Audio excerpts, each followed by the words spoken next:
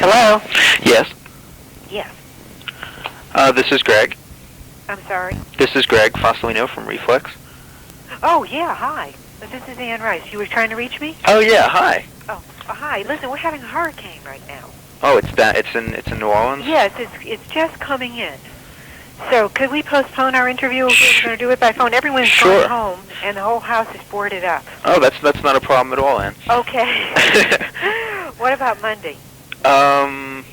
Or even Friday? The only storm is hitting this afternoon and tomorrow morning. So. The only problem is my story's due on Monday. Oh, do you think there's any way we could get it done, like maybe Wednesday or Thursday? Well, yes, I think tomorrow at this time the storm should be over. Okay. Okay, so if you want to call at this time? Sure. Okay, that'd be great.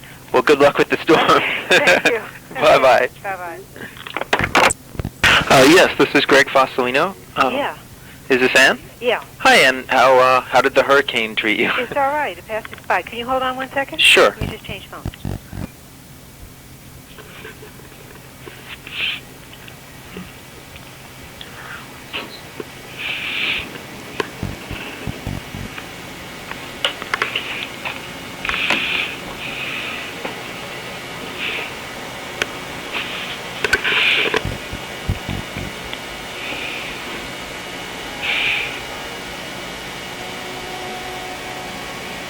Hello. Hi. Can you do the interview now? Sure. Okay, let's do it. Okay. Did you get a chance to see the J.K. Potter cover? No. He was going to bring the photographs by, and I didn't have time to see him because of a whole bunch of emergencies. So I told him to send on what he thought was best. So do you like what he said? Oh, it was really beautiful. He did this really interesting, like, superimposing of the photo of you with this photo of this tree-lined road, and then he painted the whole thing. It's really gorgeous. Oh, okay, great. I like your haircut, by the way. Oh, thank you. Okay, I guess to start out with, I just finished The Body Thief. Okay, are you recording this? Yeah. Okay, when is it going to appear? This comes out in October. Okay. And I really liked it, and I thought it was it reminded me a lot construction-wise and in terms of the themes of Interview. Mm-hmm. It was very different than Queen, obviously, because there's a singular point of view, and it just seemed a lot more intimate kind of book. I was wondering if that was something you deliberate that you, when you set out to write this one, that you wanted to kind of, close in a little bit more on something. Absolutely. I was conscious of that from the very beginning. The idea of it came to me right after I finished Queen. Mm-hmm. And Queen wasn't even accepted yet by the publisher, really, when I sort of got the idea for it. But what it was is I had really gotten too far away from Lestat, Queen of the Damned, and I wanted to get back into him, and I wanted to get very close, and I wanted it to be just what you said, intimate. Yet there were many other stories I could have woven in with it, and other characters, other points of view, simultaneous developments, and I deliberately chose to hold them back, not to do it, and to put all the chips on this intimate voice talking about this one particular adventure. Right. So it was a very, very deliberate thing. And I'll get to the other material. At some point, it doesn't rot away, it just expands, Right. But it really was a conscious choice not to weave in something simultaneous involving different textures and so forth. Also, I mean, just not only in terms of the many characters, but also that this seemed to take place in a very specific time frame and didn't have a lot of historical stuff like Queen did. I think exactly. Yeah. Plus Queen and then Witching Hour back to back were both in that sense kind of immense books. That's true. And I loved that, but it was interesting to see you do something that was much more linear. That's exactly right. It was a choice to go back to that linear voice, and I felt that if something were to happen to me and I were never to write a fifth book, I felt that it was an appropriate ending for the quartet. I didn't feel Queen was an appropriate ending. I thought it was an unresolved ending as far as the deeper moral questions of the book and the forms of the books.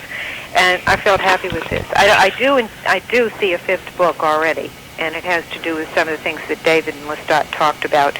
And I think it would be even more metaphysical than this one. But I'm not. I just finished the sequel to The Witching Hour, and what I'm really planning on is a new book that has nothing to do with any of the prior material. I see. You brought up the metaphysical questions. That's the other thing about this book that kind of reminded me more of Interview, is that it seemed to focus on salvation and good and evil more. Was that something you wanted, a theme that you wanted to return to as well? Yeah, I felt like, I don't want to overload this book with a lot of interpretation, but I felt that this book was a comment on the whole Chronicles. That it was Lestat saying, look at what's being told to you. Mm-hmm. Look at what it really consists of. You know, that's what it was really doing. And it was talking about the ruthless decisions people make and the way they romanticize them. I mean, that, you know, it was really doing that. And yet, at the same time, it was as romantic, ultimately, as any of the other books, in the way it presented his life and his glamour and his strength and his, like he says at the end, I've won again. Yeah. You know, but to me, it was a very complex, kind of wrenching thing to write. It was very painful. It was nothing as much fun as The Witching Hour, the sequel to The Witching Hour. The sequel to The Witching Hour is a dark book, too. That'll come out in '93, but it's a dark book, but it's filled with many different voices and many different stories, and they all sort of converge on the question of Lasher, you know, who he is and what's going to happen to him and everything. But it's much more like Queen and Witching Hour. But this one was definitely more difficult, you know, for all of its seeming simplicity. Well, sometimes I would imagine for you that is more difficult. But I loved it, you know. I loved it. I think people, you know, fans will find it refreshing just because it's different. You know, it's a different, and I think, you know, because of the range of the stuff you've published to date, people like expect something different. You know, and I think they can enjoy that. You know, whereas some other authors, they expect the same thing each time. So I think about that, but there's nothing I can do about it. You know, I am aware of that. Like when like I said, when I didn't bring in all the other material, you know, I could have brought in some simultaneous developments in another part of the forest type of thing. And then I thought, no, I want it just to be this story. And I thought it may disappoint some of the people who love those multiple points of view, and they found the action of those books more intriguing. But again, there's just nothing I can do about it. It was what I wanted to do at that time. And to me, it was really, really balanced the quartet in terms of Interview. It was back to the intimate voice, only it was in the present. Right. Will the next one be set in Rio? I don't know. You don't know? The next one that I see takes Lestat deeper into these metaphysical questions of who's running things, if anyone, and where are they. And that question's dealt with a little bit in the sequel to The Witching Hour. Some questions are raised about the Talamasca. I started to raise them in this one with David's disillusionment, but I didn't. But they're more fully raised in the sequel to The Witching Hour, you know, whether the Talamasca is really what it's supposed to be, or is there something else behind it. And I'd like to get into something that's even a little bit more mystical with Lestat. You know, he's dealt with humans and all kinds of immortals like himself, but he hasn't come up against people like angels, for example, or other entities. I'd hate to say any more because it kills it for me. No, I know what you mean. But I've been reading Le Carré a lot, and I've been very inspired by him. There's a way that his spy novels seem to be talking about the creation of the world and about God and God's obligation to God's creatures. And so I'm very intrigued in getting into that. You know, I don't know if you've ever read much of his stuff, but his spies, they're like angels. They go around interfering in the lives of other members of the British intelligence, and there's always an implication that it's an imperfect world they've inherited, and that somebody is making the decisions who isn't perfect but is all-powerful. And that they're very interestingly metaphysically. And really, I'd like to get into a fifth novel with Lestat where he encounters some bigger mysteries even. And, you know, you might say it's inspired a little bit by David's vision of God and the devil in the cafe. Right. You know, I'd like to pick that up again.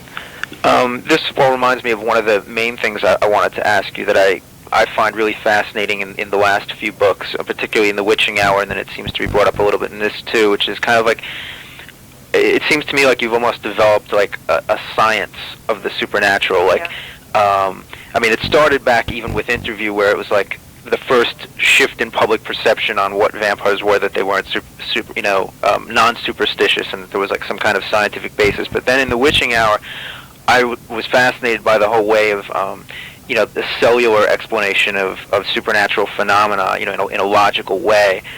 Was that something that's you know, that's interested you over time, or that you wanted to explore? Yeah, it interests me very much, and there is an attempt at coherence throughout the books. There is an attempt to explore the idea that there are entities that appear to be discarnate, but they probably have a studyable nature. a definable nature. I think Lasher says at one point, I am not defined, but I am definable, and or Rowan says that about him, and that interests me, the idea. A lot of the reading I've done, of all the reading I've done in the occult, there are two areas that continue to draw me and amaze me. One is the near-death experiences that people have, and that really isn't even part of occult literature. It's more part of medical literature today. The people that, whose hearts stop and they go out of their bodies and they see the light and then they come back. We have several books by cardiologists now about that, recording what these people have seen. That fascinates me, and the other area that fascinates me are reports of ghosts, apparitions. We have throughout history remarkable reports of ghosts. And so taking that body of evidence or whatever, that some people would completely dismiss, but which I will not dismiss, I like the idea of penetrating a world where there are several kinds of entities. There are humans, there are discarnate entities that may be ghosts, and there's yet another kind of entity that maybe was never human and was always seemingly discarnate, or it's carnal in a way that we don't understand. It's flesh in a way that we can't measure, like Lasher. So that's what I'm sort of working toward. It's like my own cosmology to embrace the most impressive elements of what I've read. If you follow me. Yes.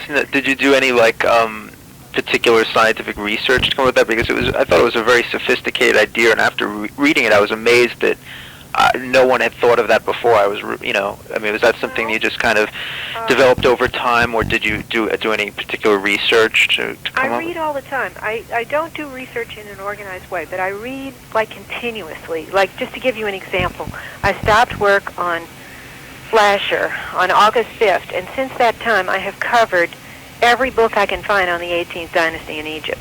Just, for relaxation. Going through it with markers and notes and, writing on Akhenaten and Tutankhamun and what happened and this and that and the other and everything that we know. And so I do that in science, too. I pick up books all the time on the nature of the origins of life, and I'm just, when I see some fact, that they cut a sponge to pieces and then the sponge totally reassembles itself, I'm fascinated by the implications of that. So, in a way, it's like I am always reading in those fields. I'm always reading and I'm always inspired, but I'm not really basically a scientific mind. I'm a fiction maker, a creator of stories and images. I can't even remember the genetic information too long. I would have to have the book open at my desk when the doctors are talking about the genes, But I'm fascinated. I think it's a wonderful time to be writing supernatural fiction, and that there's no limit to what supernatural fiction can do. It's no longer operating under the prejudice that was alive about 20 years ago that it had to be a second-rate form.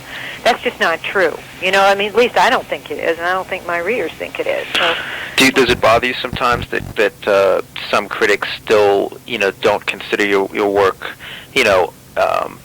art, in quotation marks, or that they look at it as more, mass popular, entertainment, and don't see the craft in it? Does that bother you at all? It doesn't bother me anymore. It really doesn't. I think that once you do reach a point where you're fortunate enough to have 500,000 copies of a book out in hardcover, you really have what every author wants. You have a chance with the readers. The critics really hurt young writers and beginning writers and people who have so few copies in print that the critics can actually kill their books. It's like the Broadway play critics. Right. That's what's really painful, but that's no longer the case with me. So it's, in a way now, it's between me and my readers. My readers don't care what the critics say. They really don't. They'll care if I let them down. They'll care. If my books don't satisfy them, if they feel that I've cheated them, they'll care very much. And they're really, at this point, it's really just me and them. It's thank God we've passed the point of, every now and then there may be an interesting review, and it'll be nice to have that, but that's a very rare occurrence. Do you, on a similar note, does it? How do you feel about the fact that sometimes the supernatural books seem to get more attention? And I personally one of my favorite of your books is Cry to Heaven. And I really like Belinda too, and I know a lot of people are really into the erotica. Does it bother you sometimes that more attention is focused on you as a horror writer, so to speak, as opposed to just a general fiction writer? I'll tell you the truth. It would bother me if I didn't feel so fascinated by the supernatural myself. If I really felt I was finished with it, it would bother me terribly. because it's true that Feast of All Saints and Cry to Heaven did not have the impact of the other books, and that was a very disappointing thing. But it doesn't bother me because I myself am so completely fascinated by the supernatural. So there are many, many books to write. But, but I think really it was a terrible disappointment to me that Cry to Heaven didn't reach a wider audience. But that's all past. You know, it's like now. I think people now are going back and rediscovering some of those things, though. But I understand that. I mean, I love supernatural fiction myself. I love The Turn of the Screw by Henry James. I love Macbeth. You know, I love those elements when they come in to things. I love a certain element of spectacle and magic. I mean, as you can tell from The Body Thief, I'm fascinated by the Faust myth. And I was interested that you mentioned Lovecraft as well. Yeah. I mean, I do consider Lovecraft a fairly low-level writer, really, you know, but I enjoy him immensely. I mean, I think he was very entertaining. I don't think he had the craft or the genius of a writer like Sheridan Le Fanu or Algernon Blackwood or Charles Dickens, but, you know, he's still a kind of exciting, fascinating writer. He's got a lot of crazy ideas, really. Yeah. And, I find him inspiring. He always kind of disappoints me, ultimately. But I think about that a lot, you know, raising questions in a novel and trying not to disappoint as you proceed. Like right now with Ancient Egypt, I have never read anything that, to me, really fulfilled the promise of Ancient Egypt. I've never read anything that really lived up to the mystery. I went at one point and looked up everything, every short story anybody had ever written set in ancient, you know, any supernatural story concerning Englishmen going into tombs or whatever.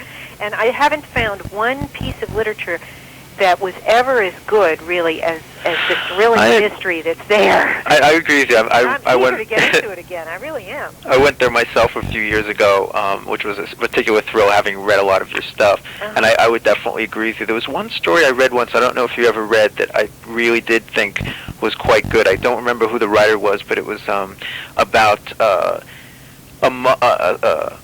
an archaeologist who was in a curator museum, and he found this mummy who turned out to be Osiris.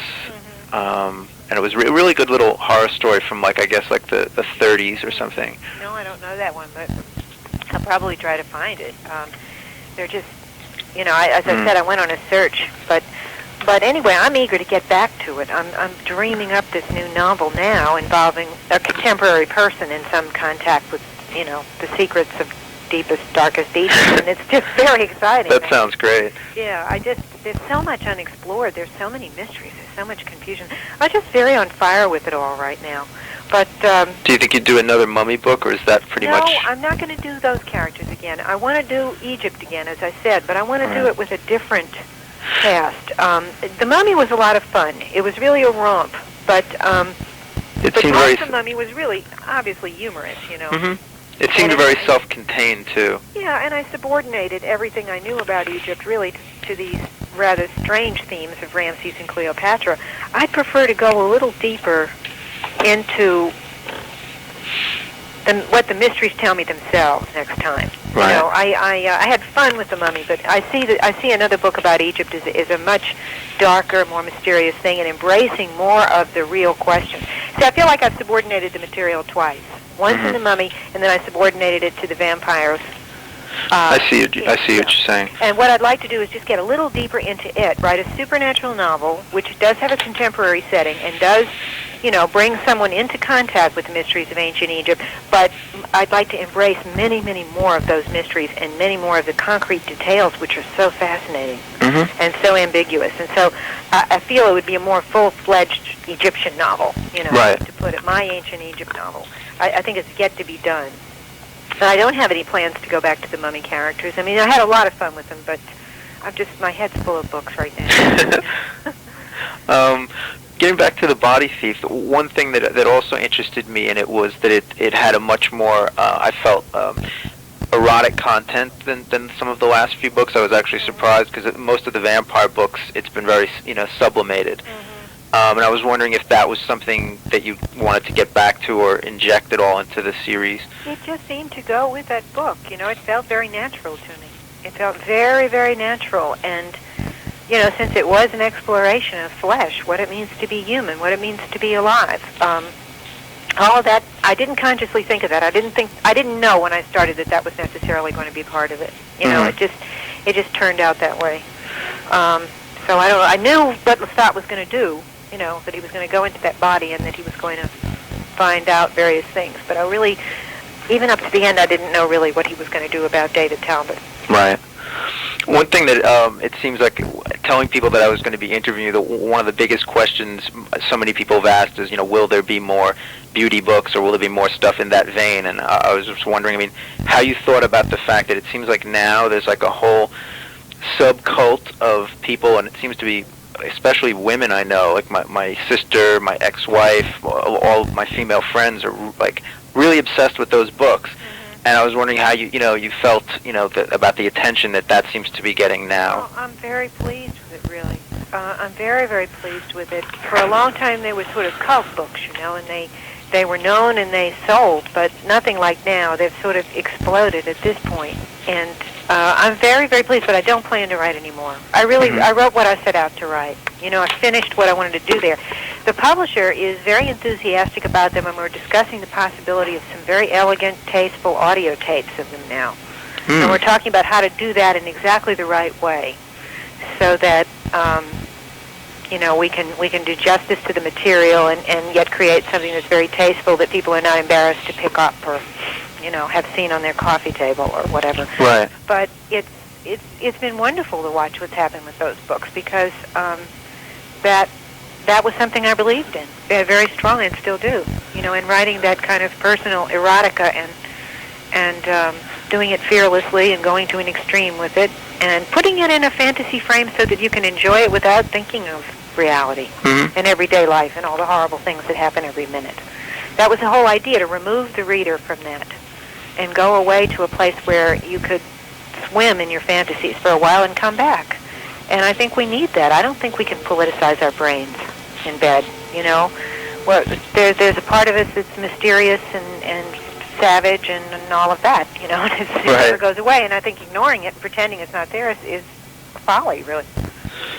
But you feel like with those books you kind of achieved a certain closure and you said what you had to say? I said what I had to say. I explored all those fantasies as they interested me. And I'm afraid now if I were to write any more in that genre, it would be darker. I'm older. I've lost more close friends. Life changes. One's vision deepens and darkens. And I might write something that would be more violent, more like Last Tango, where somebody shoots someone in the end, Right. And I don't want to do that. What I really wanted there was this playful stuff, the Disneyland of S&M. I better stop saying that. The Disneyland people start Right. The theme park, a theme park of S&M play, And I wanted to write something that, I felt people who had those fantasies were cheated, basically, by what was written. That what was written always included some gruesome and horrible elements that nobody really wanted. And so I wanted to write something that didn't have those elements. It just had the playful elements. And I feel like I succeeded. I think you definitely struck a chord with people. They really identify with it. This reminds me, there was another kind of similar theme I wanted to bring up, where you seem to, like, throughout all your books, you've developed a kind of series of, like, male alter egos, like Lestat, Elliot, Michael, whatever, and you seem to be really, really able, more so than, almost any female writer I've ever known, to be able to write from a man's point of view. And I was wondering if that was something that you consciously do, or is it just... That really is pretty spontaneous and instinctive. It's harder for me to write from a female point of view. And I don't know why. I think you said it right with the word alter ego. That's really what it is. It's that, I become somebody when I write, and that person is almost invariably male. It's extremely natural and effortless for me to write from Lestat's point of view. But it's difficult for me to get into the female characters. There's a new female character in this sequel to The Witching Hour, Mona Mayfair, that I got very involved in. But that was one of the first that I really had as much fun with as I do with the male characters. Right. But it's in The Body Thief, obviously, I was very outside of, Gretchen, the only female character in it. And clearly not in sympathy with her, So, but she's certainly a woman I know, You know, I know many, many people like Gretchen. Right. Many, many people like Gretchen. And I have argued with them late into the night about many things. But it's I think with things like that, writers do what comes naturally. You go for the voice that feels good to you. You know, like flexing a muscle that's okay. Right. Do you think too? I mean, compared to most novelists who've achieved some degree of mainstream success, there's a much greater gay content to a lot of your stuff. And it seems like, you know, that's gone along with, you know, your books have appealed much more to a gay audience as well. Is that something that you're happy about, or that you think is good? That's nothing that's planned. I just write what, you know, I slip into the vision of the character, and the character almost always turns out to transcend gender to some extent and to be bisexual. And I do what feels natural to me. And I'm very pleased that I have a large gay audience. As a matter of fact, I would say the gay audience kept alive the beauty books for years when no one else did, really. You know, that before they ever reached, now they're definitely in the mainstream, and they're being taught everywhere. But there was a time when they were mainly in gay bookstores, and the truth was they always, you know, had a heterosexual audience also. In fact, I have a very large heterosexual audience that isn't even aware that I have a gay audience. It doesn't even know. I mean, I have a lot of mainstream readers who would be very surprised if someone said the Vampire Chronicles are perceived as a gay allegory. They would go, really? I mean, I've had people say that.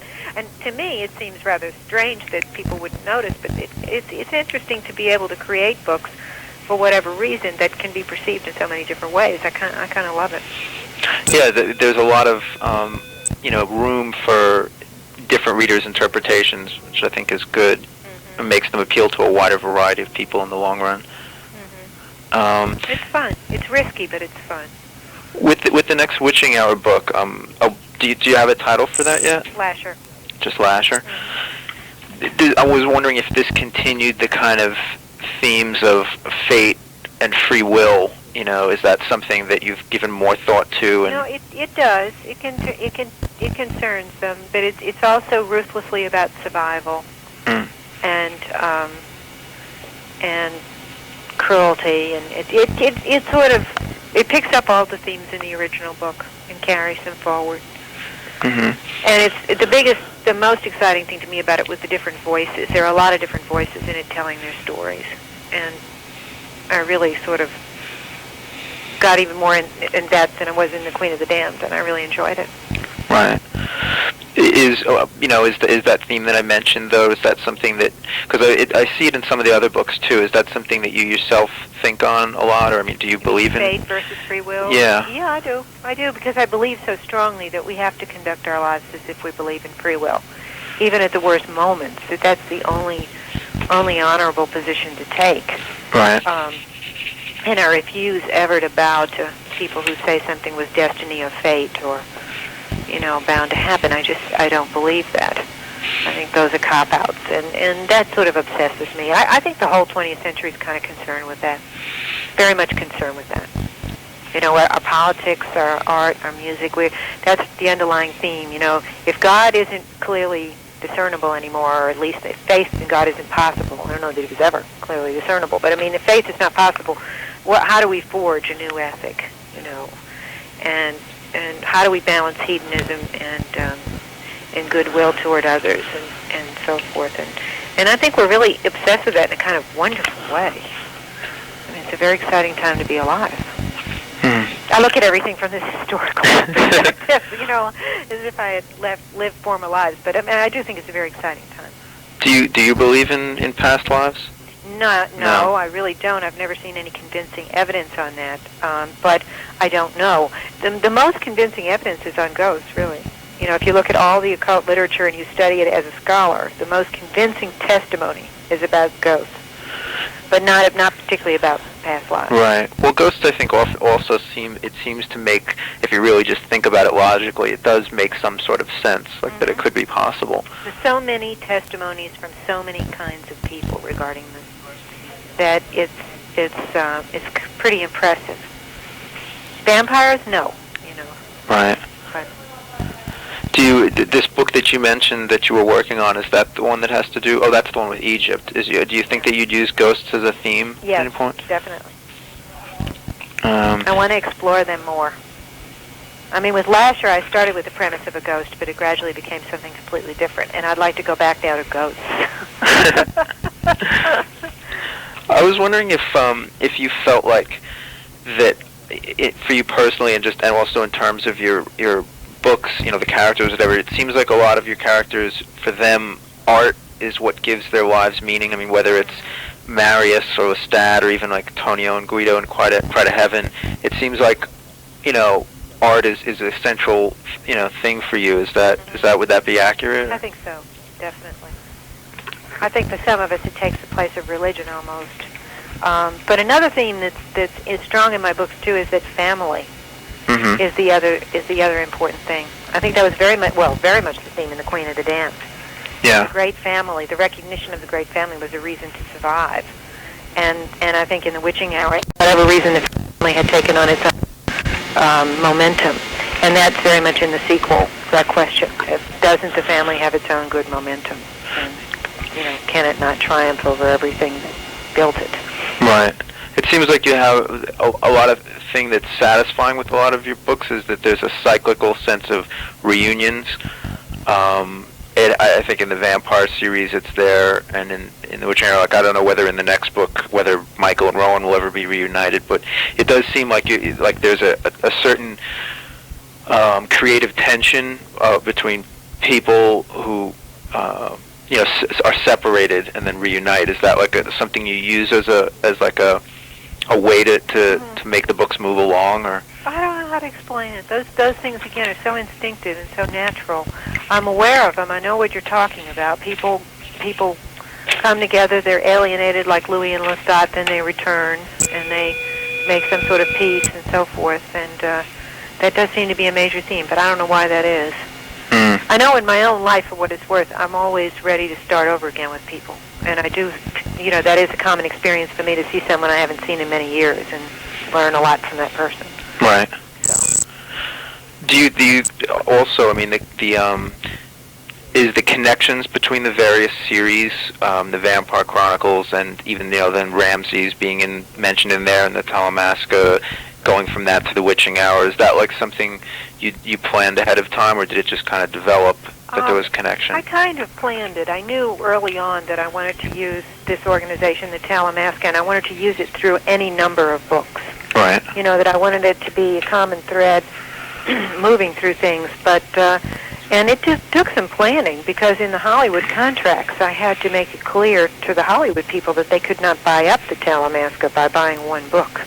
It's a very complicated thing. In all these contracts, the movie companies are told you can use the idea of the Talamasca, but only in conjunction with the underlying property, the vampires or the witches. But you can't go on your own, and make a TV series called the Talamasca.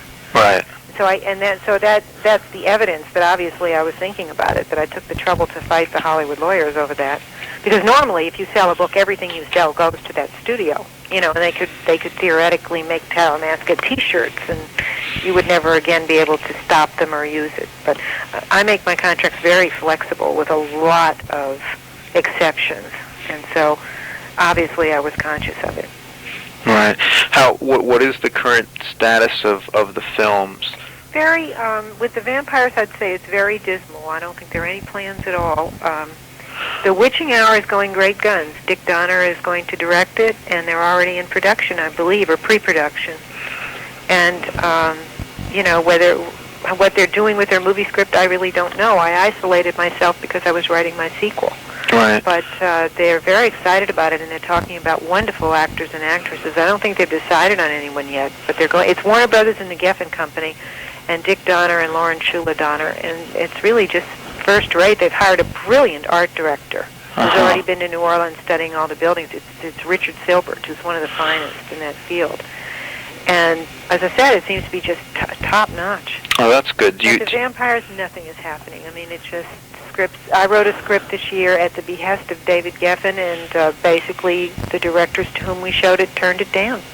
So we're nowhere. It's where we always were. We have probably it seems so ridiculous. Scripts of interview, Well, it has yet to connect with a director-producer who really has a vision of how to do it. You know, it just hasn't found its person yet. Yeah, I could see what you mean. A lot of books have been that way, where they've gone for years until they found the right person, but it just seems almost like there's a curse over those movies. It seems like it. Now, there are people who want to make them, but they want to make them totally differently. They want to change everything.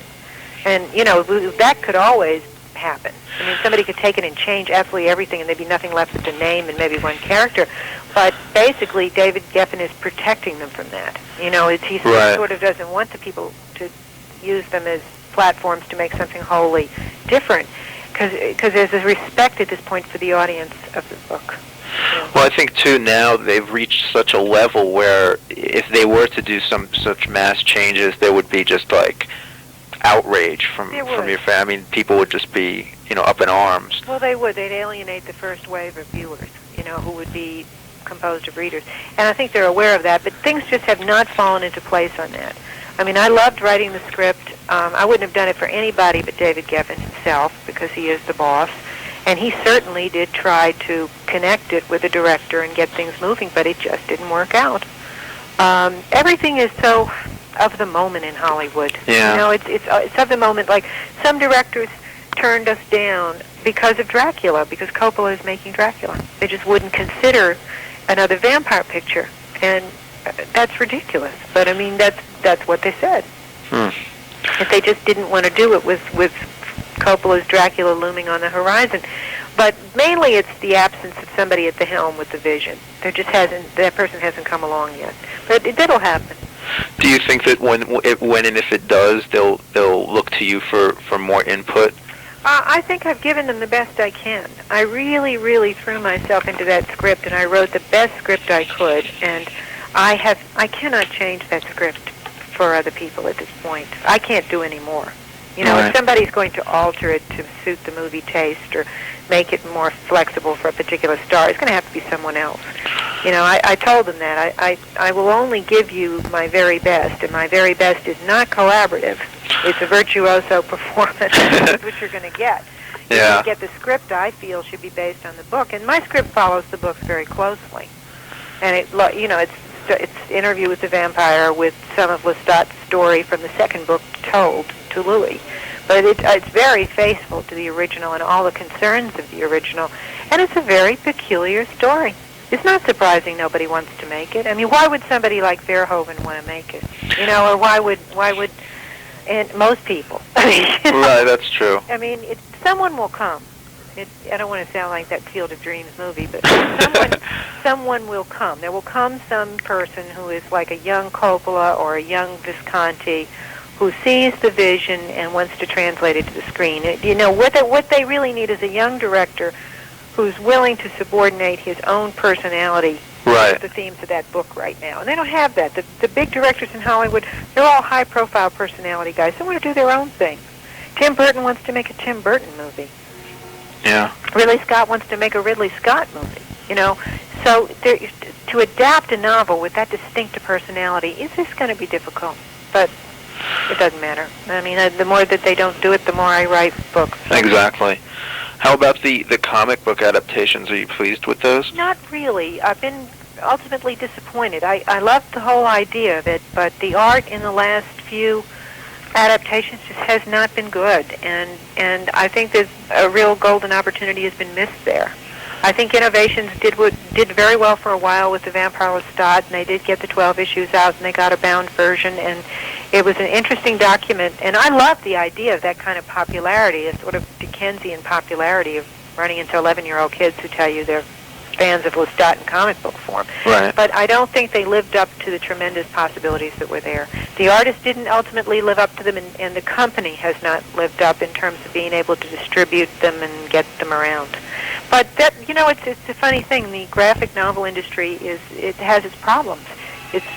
I don't really understand the whole thing. It just hasn't taken off as it should. They're very popular, but I don't think they've done what they could do. I know they're popular within their own world, but I think it didn't really transcend it as it could have. Yeah, they did. That's true, and I've been very disappointed in the art on Interview and Queen of the Damned. So. I didn't like the Mummy one very well. I was kind of disappointed in that one. That was okay by me, but the Queen of the Damned and Interview were really terrible. I heard that they switched artists on Queen because of that was a problem. Or They did. They've switched artists a number of times. But I really don't fully understand all their problems. The mainstream publishers I deal with are not equipped to do those. And so you wind up doing it with the very enthusiastic and very almost innocent comic book people, and sometimes their organization skills just aren't up to it. Right. One question that I definitely wanted to get to, which interested me, was probably if I had to pick one of the few things about your work that I loved the most, is just the way you're able to capture the sensuality of everyday life and things, like whether it's food or music or architecture or any of that stuff. And I just was wondering if that was something you recognized about yourself, that you had such an ability to detail that in such a way that people could really identify with it. Mm-hmm. Well, again, you're talking about something that's very instinctive and natural to me. I write what fascinates me and turns me on, and the writing always has been very sensuous. I'm very concerned with the texture and the fragrance and the pleasurable side of things. I think also as a young writer, I was very alienated by the fiction of the writers of the 50s and 60s who saw everything as filthy and repulsive. I don't know if you're very conscious of how much of a school that was for a while, but there were quite a few writers, French writers, Russian writers, and English writers, who saw everything in terms of how disappointing and ultimately ugly it was. Very nihilistic, you mean? Huh? Very nihilistic, you mean? But like The Ginger Man by P.J. Donlevy. You know, it just continuous descriptions of people is revolting, really, and disgusting, and I think the French have always had that capacity to describe everything as overwhelmingly vulgar, and there's a bit of it in the Russians too, and I never saw life like that. I mean, I don't see life like that anywhere I go. If I go into the McDonald's in the Tenderloin district of San Francisco, I see beautiful things, Yeah. Some beautiful woman with a rapt face, mumbling to herself, and I'll remember how gorgeous her gray hair looked, or I really do see life like that, and so that's what I'm celebrating in my fiction. It's just my own vision of things.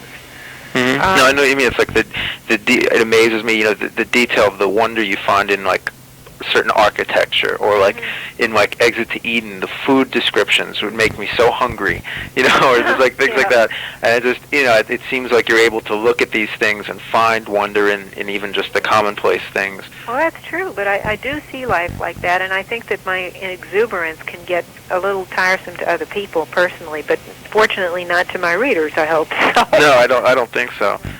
But I mean, as a person, I am one of those people who's always saying, look at that gorgeous sky. I mean, can you believe the way that tree looks? Or doesn't this taste fantastic? And people around me do sometimes get a little tired of it and say, give it a rest.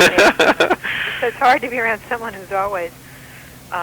everything's heightened, I suppose, right? Yeah, but it is that way to me. It really is, and thank God I found a way in writing to express it.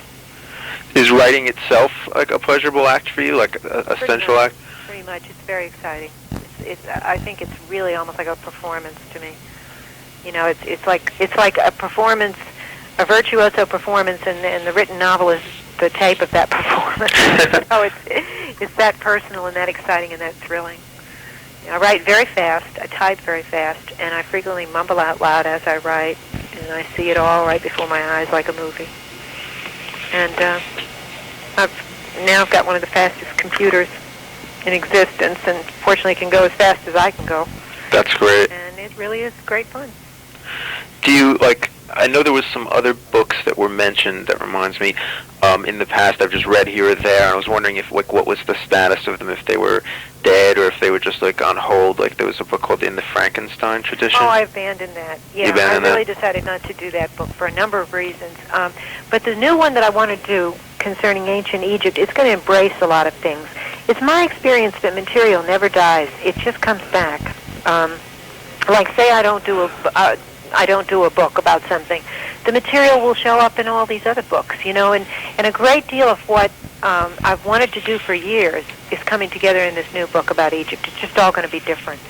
But I couldn't do that book. That just didn't work out for me. And there was another one I heard of called, I think it was called Ruby. Oh yeah, well that a lot of that will be in this new one, but that didn't work either. It just didn't.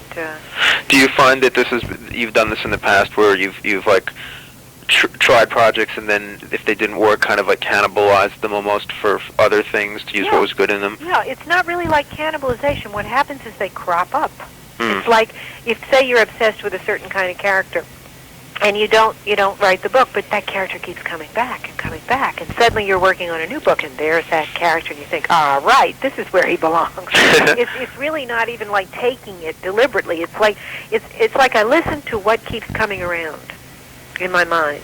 It's when I can't forget a theme, like Ruby, that book. There's some themes I want to deal with in that book that I just can't forget, and I'm going to deal with them in this new book. They keep coming around like horses on a carousel. Right. They don't go away. And so that's a signal to me that they have a deep root, that they mean something, that there's something to be explored. And I really thrive in that kind of an environment, actually, a mental environment like that. I live off obsession and exploration of repeated images, and I love it. I'm lucky. I'm a person who got rewarded by the world for thinking that way, rather than being methodical and scientific and controlled and logical. Well, I think that's like that thing the Frankenstein one. Even though you didn't do that book, that came up in a lot of other things too. Like there seems a definite sense of that you're interested in, like creation and changing one thing into another. Oh yeah. That's like runs through a lot of your books, I think. Well, I think everything that I had in that book that I really loved is going to come out in these other books. It's nothing gets wasted really. As I was sitting down in this new Egyptian novel, or a ghost novel, was coming to my mind, all kinds of stuff was coming from things that I had tried before. I was amazed. I thought, this is where to use that character exactly. They're just a lot of things. It feels very good. It must be terrible to be blocked. It must be terrible to have no ideas. I can't conceive of that at the moment. If anything, I feel like I'm being trampled by my ideas. Oh, that's good.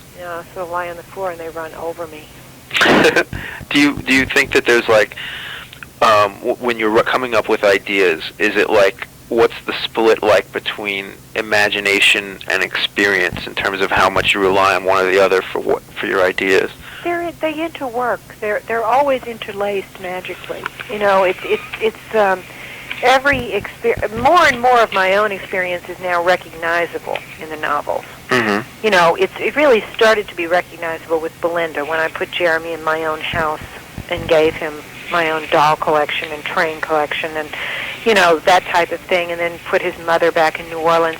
It began to get closer. I would say the vampire novels were much more remote, where everything was symbolic or veiled in some way. But really, with The Witching Hour, there was a great deal of my daily life in that novel. The weather, the streets, my own house.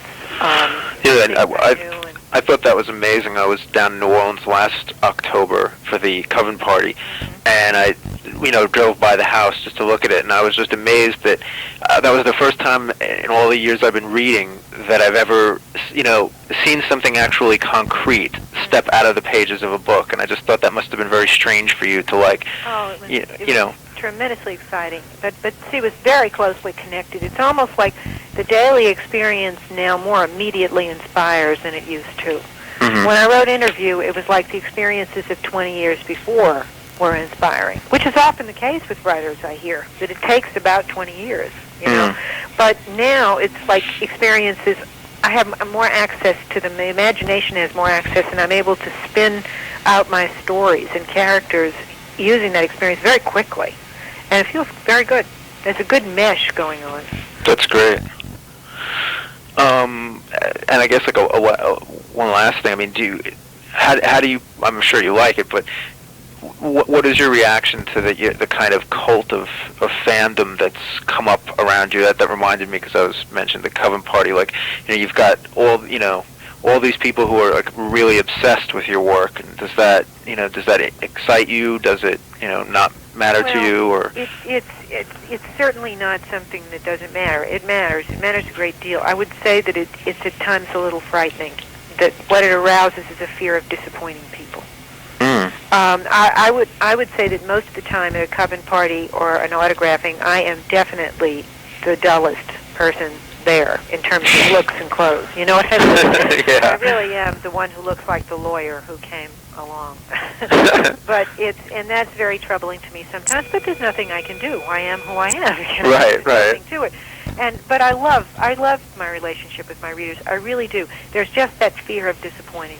There's just that necessity of remembering that I've gotten where I've gotten listening to my own voices, and I've got to continue to do that. I can't be intimidated or overwhelmed or anything else by the following. You know, I have to stick with, well, like say in this novel, The Body Thief, you know, one could look at that book and say, well, look, your fans aren't going to like the fact that you don't have a few ancients telling secrets and you don't have, you know, some forays into archaeological realms. But I had to say, well, I didn't want to do that right now. So I hope that they want to be near Lestat like I want to be near Lestat. That's all I can do. Mm-hmm. No, I think so. I can't write for nobody can really write for an audience. Your audience is the finest. What would you say? The person that you write the best book you can write. That's really it. No. And if you end up disappointing your audience, that's something to ponder, certainly. But you can't let fear of that control you. No, I think that's definitely the best way to go. My audience wants me to surprise them. They don't want me to give them predictable things. They want me to be myself. It's really true. You know, they like different books less than other books. There are a lot of people who like The Vampire Lestat, and they don't like Interview with the Vampire. You know, and they're vice versa. But the thing they really want from me is the most extreme and true and personal stuff I have to give, and I'm going to keep doing it as long as I have breath in my body. Well, that's good. Well, I don't want to keep you if you have things to do, but eventually we're cleaning up from the storm. So did it really hit? It didn't really hit that bad. We're just taking down shutters and things like that. But do you think you have everything you need? Pretty much. Just so you know, I've put you on our mailing list, so you'll be getting, you know, just for your own reading pleasure, issues from now on. I think I'd sent a bunch last week. I don't know if you got them. Yes, I did. I haven't hardly had a chance to look at them with all this hurricane stuff. See, this hurricane hit Florida, where we have a condominium, before it hit here. So it's like we've been through this twice. Oh, God. But we're all right. We survived. Everything's fine. And of course, I'll send you, as soon as we get them in, which would be pretty far in advance, I'll send you issues of the interview. Okay. And I guess that's about it. Oh, there's one last question. I'm sure you get asked this all the time, but it's just something that I know readers would want to know. It's probably, I guess, the stereotypical one, but, like, do you think about immortality yourself? Like, would you want, if you were offered to accept the gift, would you do it? Probably. You would? I do think about that a lot.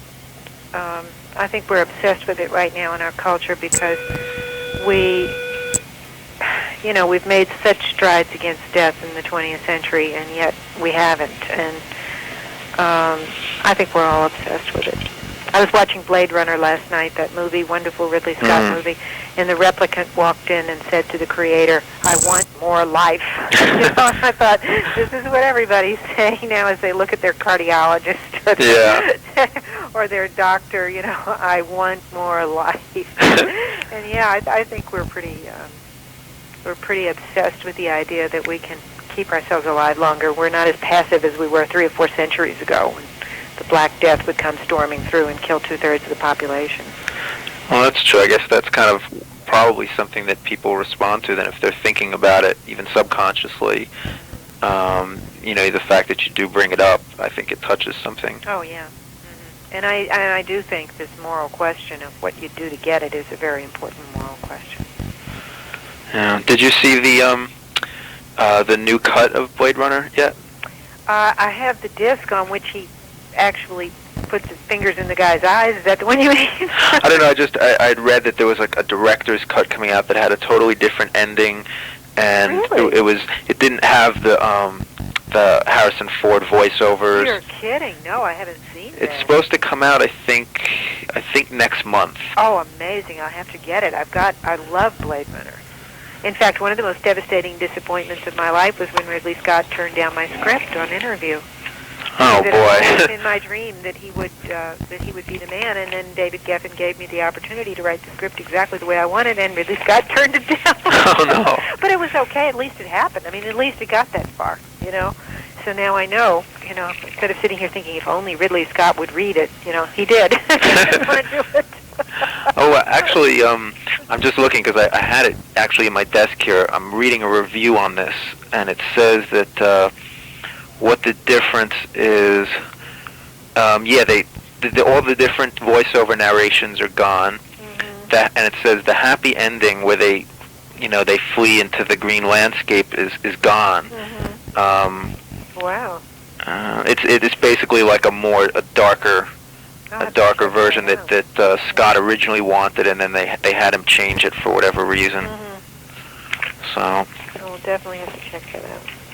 Well, listen, Ann, thank you so much for taking the time out to talk to me. I enjoyed it. I'm sorry about yesterday. That's no problem. I was able to call back today. Okay. And, we'll keep reading your books, and I thank you again for, it was a great interview. I appreciate it. It was my pleasure. Take care. Take care, Ann. Bye-bye. Bye.